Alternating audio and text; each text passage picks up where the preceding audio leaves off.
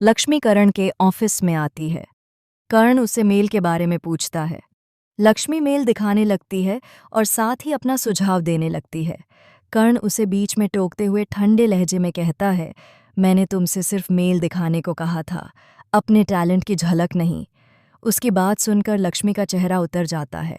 वह चुपचाप वहां से निकल जाती है, लेकिन जाते जाते उसकी आंखों में आंसू झलक जाते हैं। कर्ण पल भर को उसकी ओर देखता है, पर फिर खुद को रोक लेता है।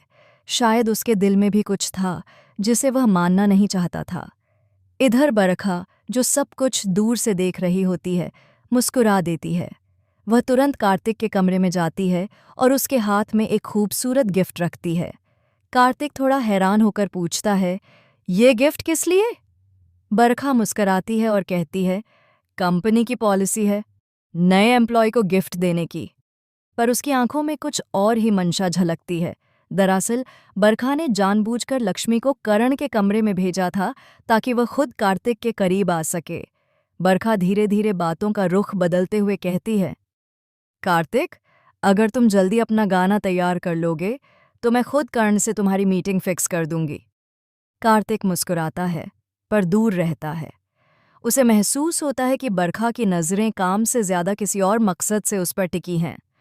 बरखा बार बार उससे बात करने के बहाने ढूंढती रहती है, लेकिन कार्तिक अब उससे कतराने लगा है। जब कार्तिक कोई रुचि नहीं दिखाता तो बरखा का चेहरा कठोर हो जाता है। वह बाहर निकलती है और तभी गैबी उसका मजाक उड़ाती है। वाह बॉस, सिर्फ कार्तिक को गिफ्ट, हमें तो जॉइनिंग पर कुछ नहीं मिला।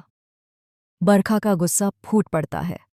वह सबके सामने गैबी को चांटा मार देती है और ठंडे स्वर में कहती है, अपनी औकात में रहो, मत भूलो कि मैं इस कंपनी की बॉस हूं।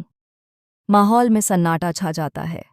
दूसरी ओर करण कार्तिक के कमरे में पहुंचता है और कहता है, चलो सुनाओ क्या तैयार किया है। कार्तिक झिझकते हुए कहता है, लिरिक्स अधूरे हैं। करण भड़क उठता है, बरखा के कहने पर मैं तुम्हारा गाना सुनने आया, लेकिन तुम तो हमारा वक्त ही बर्बाद कर रहे हो। सामान बांधो और निकलो यहां से।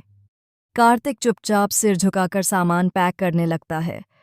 तभी उसकी नज़र उस स्टूल पर रखे कागज़ पर पड़ती है, जो हवा से उड़कर उसके पास आया था। वह उसे उठाता है और पढ़ते ही उसकी आंखें चमक उठती हैं।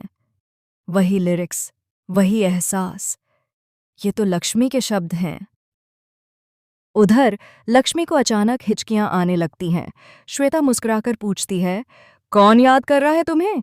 लक्ष्मी कुछ नहीं बोलती, बस खामोशी से एक पेन और पेपर लेती है। श्वेता कहती है, मन में जो भी है लिख डालो। लक्ष्मी लिखने लगती है। हर शब्द में उसका दर्द झलकता है। कभी कभी खामोशियां ही सबसे ऊंची आवाज होती हैं। लिखते लिखते उसे कोई बुला लेता है और वह पेपर वहीं छोड़कर चली जाती है। हवा का एक तेज झोंका आता है और वही पेपर उड़कर कार्तिक के कमरे में पहुंच जाता है। कार्तिक जब वह पेपर पढ़ता है तो उसे महसूस होता है जैसे लक्ष्मी उसके सामने बैठी हो, उसकी आवाज़ उसके कानों में गूंज रही हो। वह तुरंत उन लिरिक्स पर धुन चढ़ाने लगता है। तभी कर्ण और मोंटी कमरे में आते हैं और उसकी आवाज़ सुनकर रुक जाते हैं। कर्ण कुछ पल तक चुप रहता है, फिर धीमे से कहता है, कल रात के शो में तुम ही गाना गाओगे।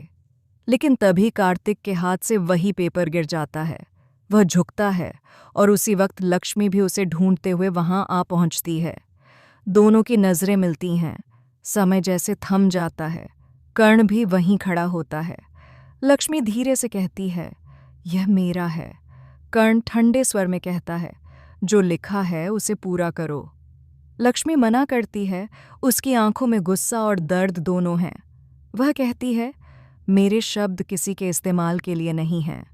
कर्ण कुछ कहने ही वाला होता है कि तभी एक और बड़ा झटका लगता है। बरखा कमरे में दाखिल होती है और सबके सामने सच उगल देती है।